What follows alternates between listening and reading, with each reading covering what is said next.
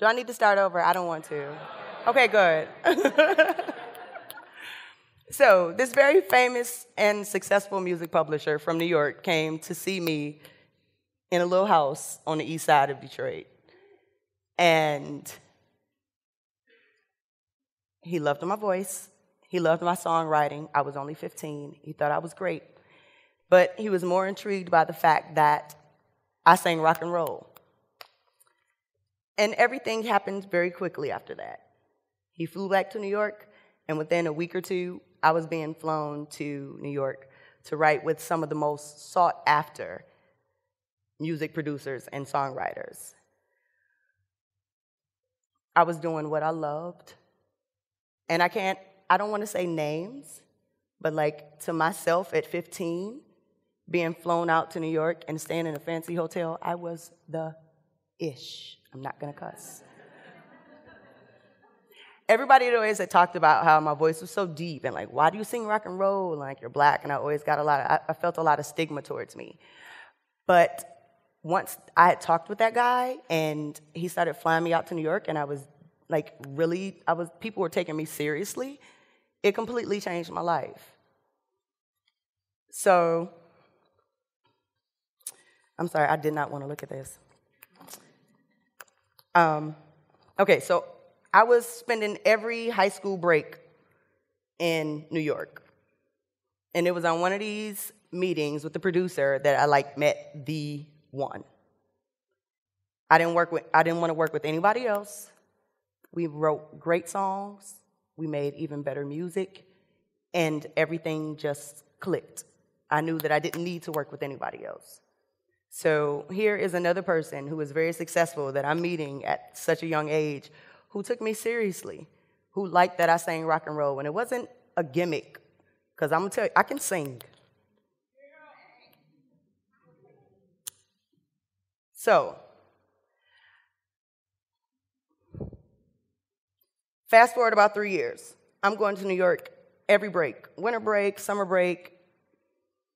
And then I make the grand decision after graduating high school, valedictorian,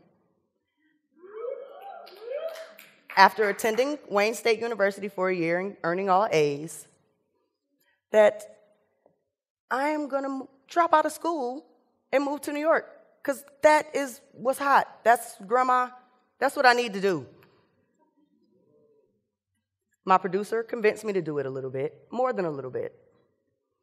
And of course, you know that when your parents tell you not to do something, fuel to the fire. So, this just goes to show you how much my grandmother loved me. My grandmother did not want me to move to New York. At least finish school first.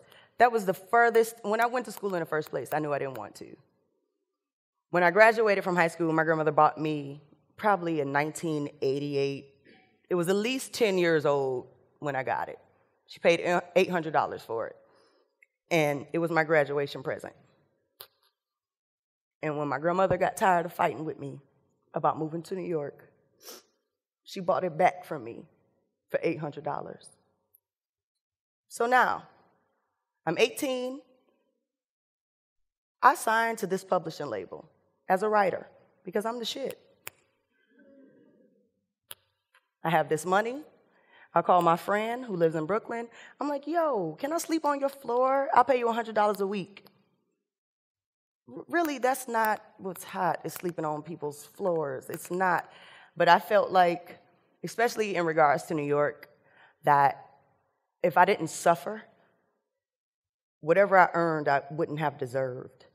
And maybe that's my mindset or the way I grew up, which I can't get into because we'll be here all night. So, I moved to New York. I have this $800, sleeping on somebody's floor. Of course, I had to work when I got there. I started temping. Was trekking from Brooklyn to Manhattan in these heels. I wasn't smart enough to realize when I saw all those ladies on the subway with gym shoes and suits on that that's what I should be doing. Nah, I wasn't that smart. Even after working a 40-hour work week, I barely made enough money to eat and sleep on somebody's floor. somehow, and it was probably on my own, that I started to go to bars and people just let me drink. And that was okay. I was 18. That's almost legal.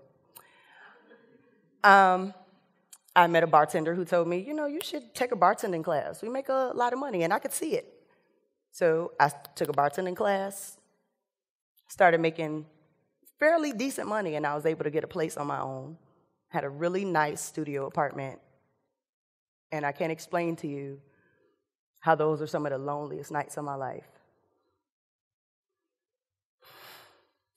So I'm in New York. I'm not doing so much writing and recording anymore, and I don't really understand why. So first off, I'm going to tell you that the publisher who signed me and who was one of my biggest supporters quit. He tried to take me to the label that he worked at. He took a VP position at a label who catered to rap artists. They were not feeling this little black girl from Detroit who sang rock and roll. I remember marching into my publishing label after he left, and I never felt more like a red-headed stepchild, no offense to red-headed stepchildren.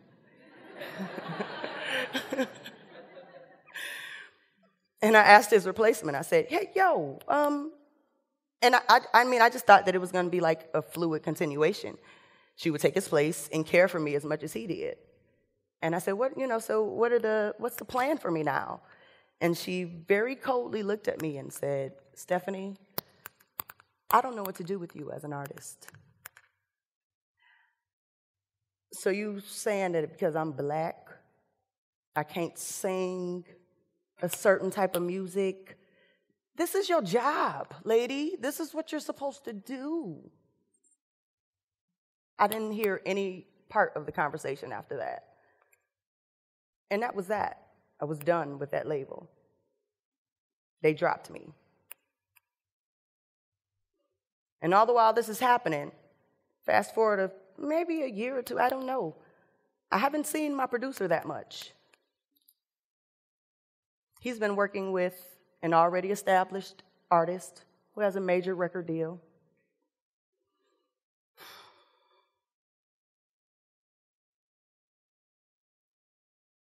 I walked into his house, and I've known this guy for years. He's been working with this artist, I don't know, maybe say a month or two. And it's a big picture of him and them on the wall.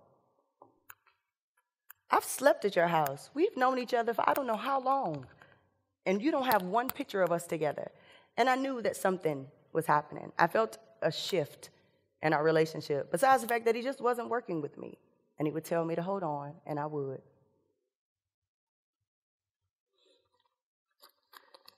Excuse me.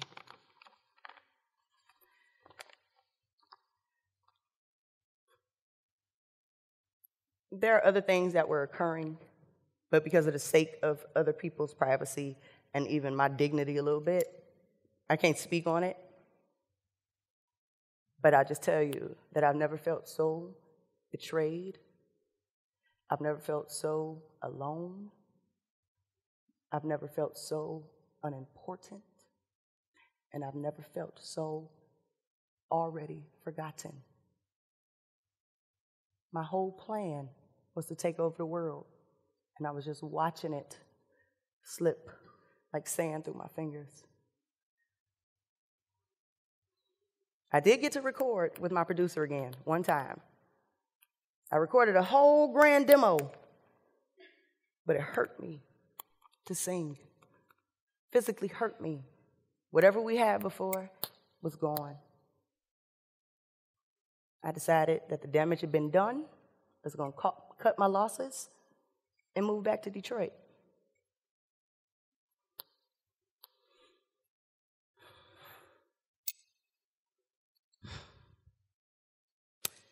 Now, what I'm saying to myself right now is, I can't believe that I dropped out of school and moved all the way to New York to become a bartender.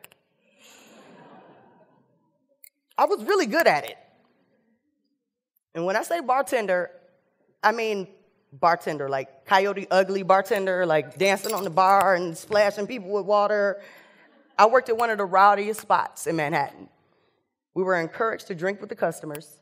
I swore like a sailor. and I screamed all night. One day, I opened my mouth to sing, and I couldn't. I had physically hurt myself. I came back home to Detroit. I went to go see an ENT, my ear, nose, and throat doctor. He said, "Oh, ma'am, you have nodules on your vocal cords." So you mean to tell me I did all of this to be the best singer in the world?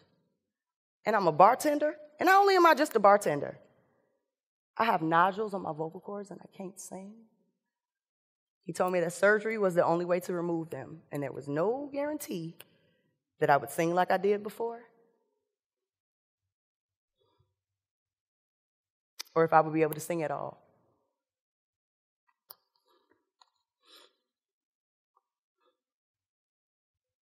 When I got back to Detroit,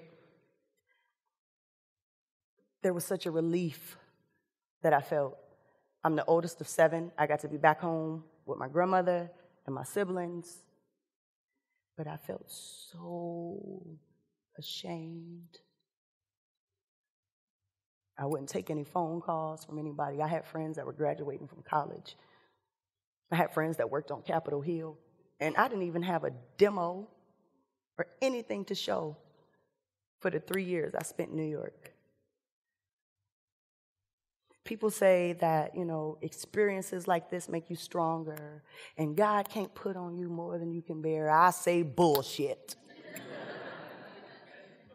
I didn't do what I knew I could do.